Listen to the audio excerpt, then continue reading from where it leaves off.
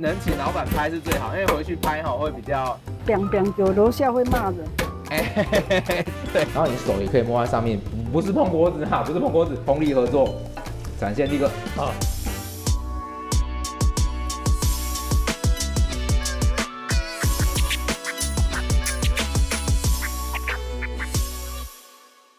Hello， 大家好，欢迎来到职人小馆，我是王俊之老师。酱料是每一道料理的灵魂角色。今天为大家带来的是日式料理的代表味噌照烧酱，轻松就可以让每一个食材有美味的加分效果。上班族下班后如果想要帮自己制作晚餐的话，一定要学起来。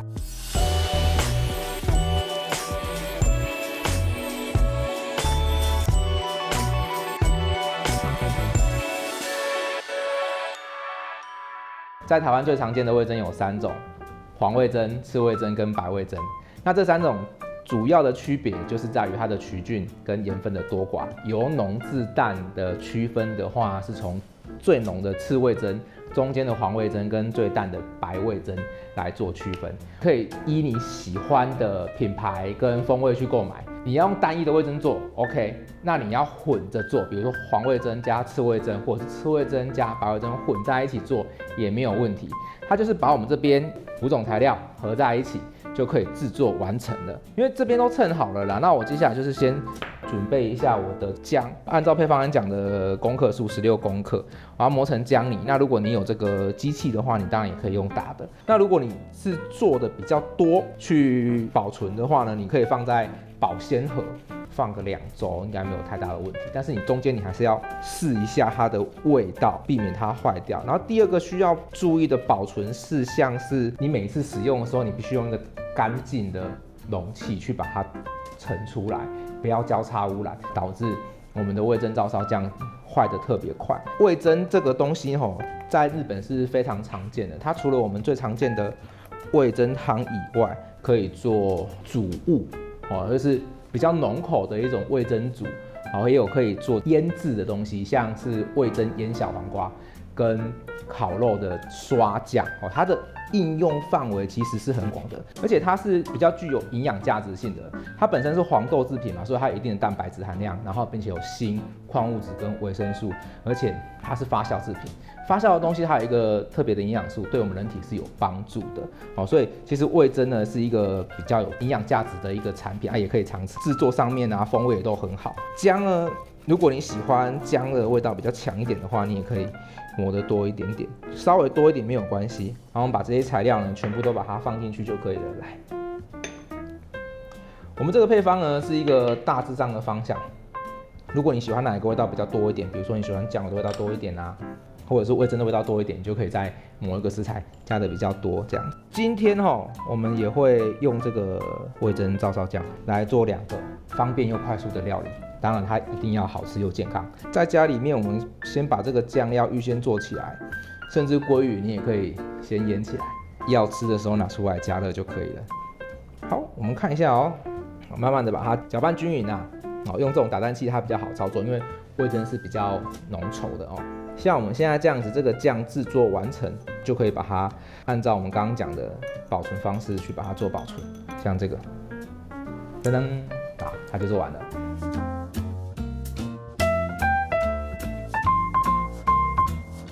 完成这个味噌酱之后，我们要去做下一件非常重要的事情，就是去买今天的重点食材——台湾的温体猪肉。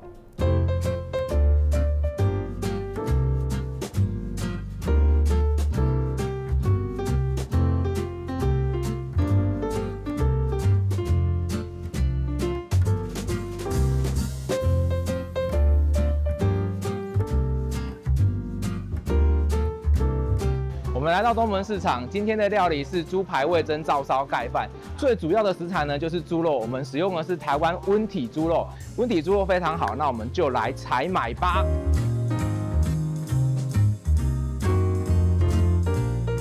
老板，那我们今天要来买猪肉啦，我们要做炸猪排，做猪排盖饭料理。想要请问一下，说我们一般在选择的时候，大里脊跟小里脊的差别在哪里？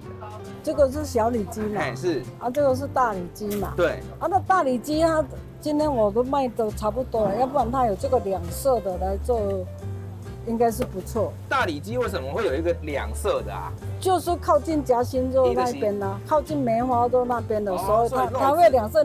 你要跟人家买就买两色的才会嫩，才够嫩，比较软。对，就它就靠近这个梅花肉的地方啊。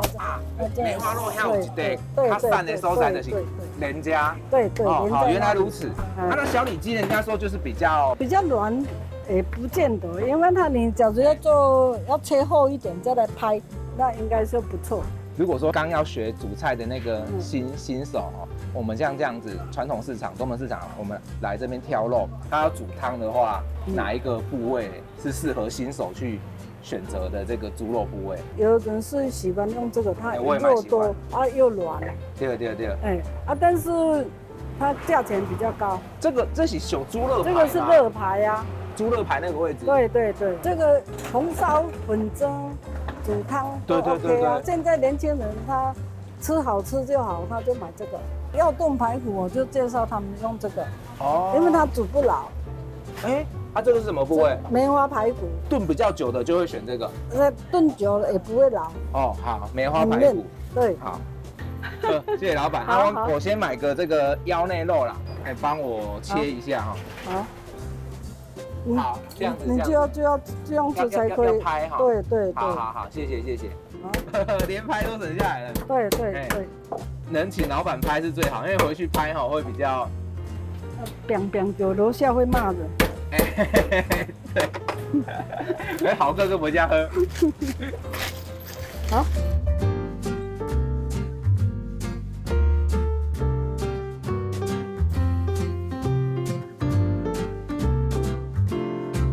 好了，现在我们已经买完主要的食材猪肉，要来去迎接我们的嘉宾。他是一个以身体去表达意念以及美感的专业舞者，同时也是舞蹈老师。他会跟我们一起来分享平衡生活以及美食。那我们就来迎接他吧。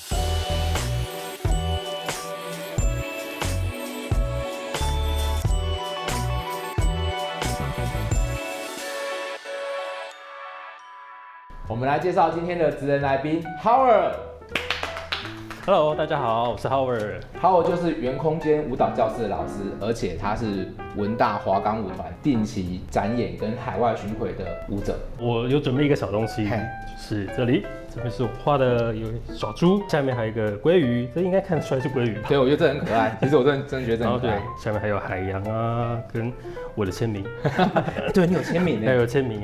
那我们等一下会先做这个料理，这比较简单呐，就是很快就可以完成的。这个是味噌照烧酱，刚刚已经做完了。虽然说它是比较简单，但我还是有一个非常重要的任务要交给你，就是帮我把这个鲑鱼跟照烧酱腌制一下。这个大概装一半就可以了，你稍微给它抓腌一下，然后我要切葱丝。好。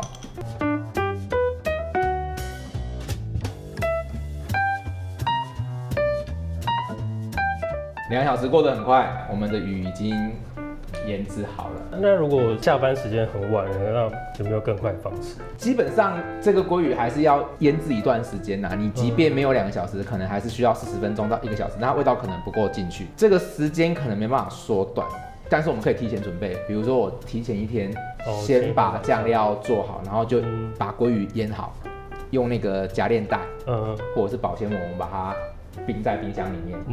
你隔天下班你就直接从冰箱拿出来，就可以直接做了。在锅子里面我们倒入一些食用油，这个是橄榄油。那当然你可以自己用自己喜欢的，你也可以用一半的橄榄油跟一半的奶油，它会比较香一点。你如果用奶油的话，你不能全部用奶油，因为奶油熔点比较低，它冒烟点比较低啊，所以它一直大冒烟的话，油会变质。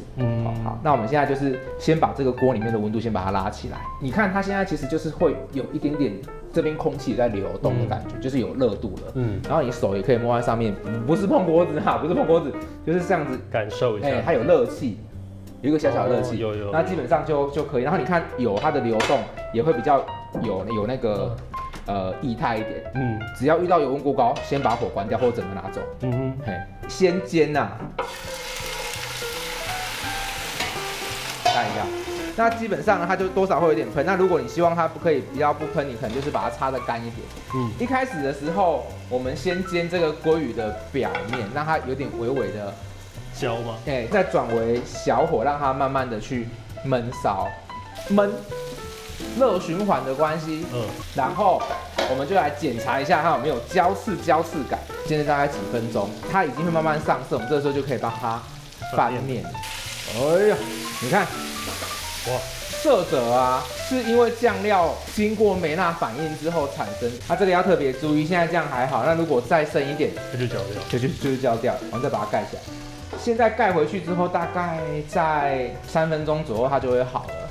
如果说你们不想要像这样子顾它，你就可以用烤箱。那你烤箱转200度，然后进去里面大概烤12分钟。那你200度要先预热哦。那你就可以把它丢进去烤箱里面，气炸锅也可以。所以其实在家里做会很方便，就是你已经腌制好的鱼肉，你下班你就拿起来放入烤箱或者是放气炸锅，你就做自己的事情，然后好了，你就可以把它拿出来盛一碗白饭啊，或者是说你做一个什么汤啊就可以。等一下的摆盘就很简单哦，我们就准备一个漂亮的盘子，然后芝麻跟葱。它其实你没有葱也是可以。现在是关火的状态，因为它其实差不多，我都让它用焖熟这样。你看它这个就是鲑鱼的鱼油啊，去逼出来的。它用煎的话，它当然就会有它的好处是逼油啦。我好紧张哦，我也好紧张因为鱼太大了。通力合作，展现力个没事，团队精神。好，那我们最后呢，这边有一个熟的白芝麻。我们只要这样子给它撒上去，它有一个香气，然后跟我们刚刚的葱丝稍微给它乱抓一下，有点凌乱的感觉，空气的感觉，放在上面，这样就可以了。那如果你希望它再更香一点的话，你可以淋一些芝麻香油。它除了配白饭之外，你也可以配一个汤嘛，那你也可以配炒面，甚至如果有吐司，你也可以把它夹起来，弄散，夹吐司。那这个我们一起合作完成的味噌鲑鱼就完成。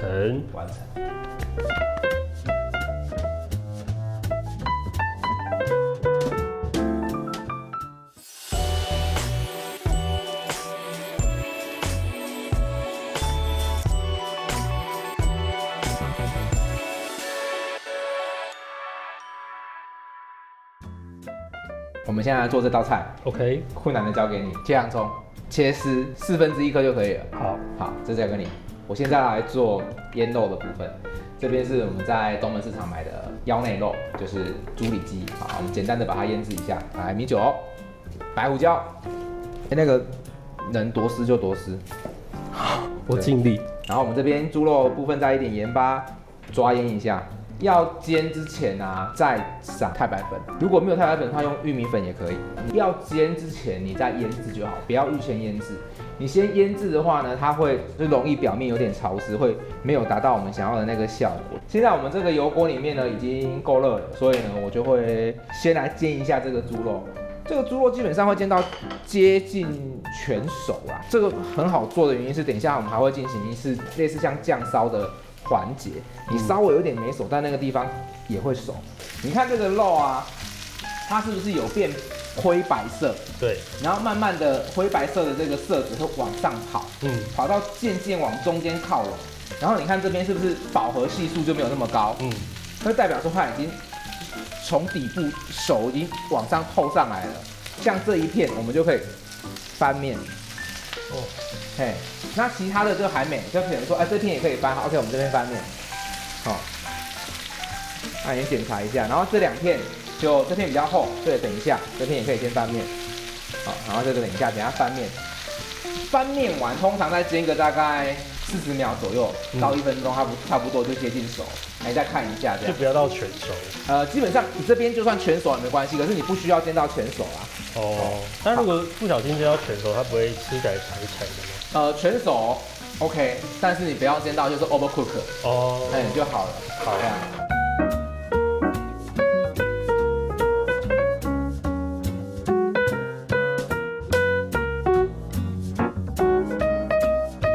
来，我们看看这边，然后我们现在把这个洋葱炒香，炒到焦糖色吗？接近焦糖色。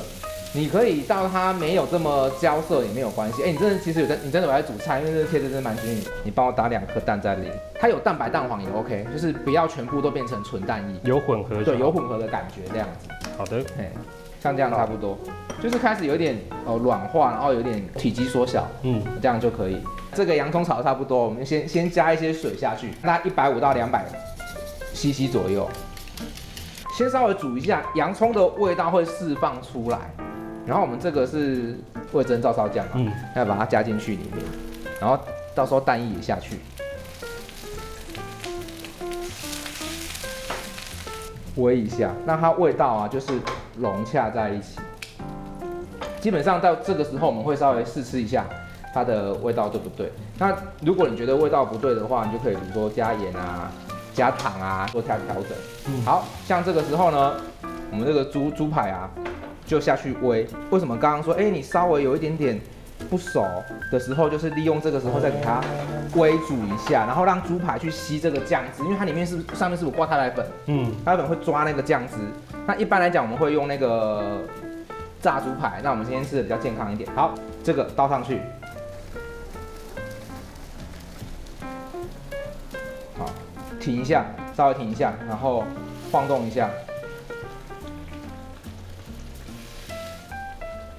好，关火，不要全熟，蛋不要全熟。我们把这个葱丝撒一点在上面，让它稍微热一下。这里有这个柴鱼片，好，我把它摆好之后呢，你就帮我把柴鱼片放上去。好，我先淋，我先淋。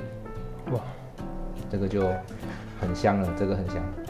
1人份其实蛮多的。对，就是男女都吃得饱的1人份。好，柴鱼片，灵魂柴鱼片，灵魂，跳舞吧。再多一点 ，all in。好，摆在最上面不要让它掉太多下来。好，这个做法呢，其实就是有点像是取代炸猪排的方式。依然我们是外面有一层这个外壳层，然后去煨，让它可以吸附酱汁，然后肉也是很软的一个做法。那比较家庭式一点。噔噔，完成。那就可以去吃饭了。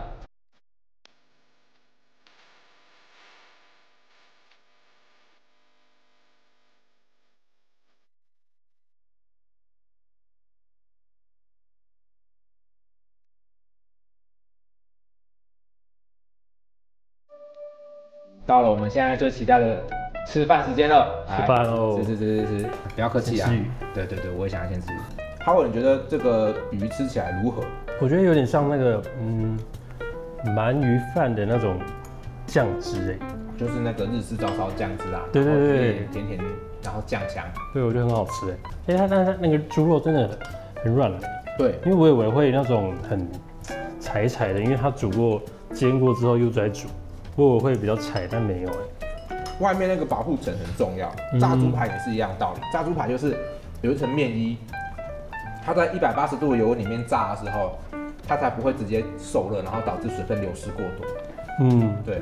而且我觉得酱汁如果搭配饭，然后猪排，其实白饭可以综合掉那个猪排的那种很重的味道。对啊，因为它这个酱汁本来就是重口，然后是配饭的，这样。这很下饭。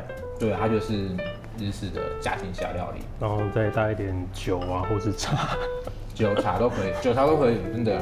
乌龙茶也不错，红茶也不错。我们今天做这个日式照烧味噌酱，2道美味的料理，希望大家可以喜欢，制作简单，在家里试做看看哦。各位观众朋友，如果你们有其他喜欢的酱料，欢迎底下留言告诉我们哦。职人小馆，下期再见，拜拜。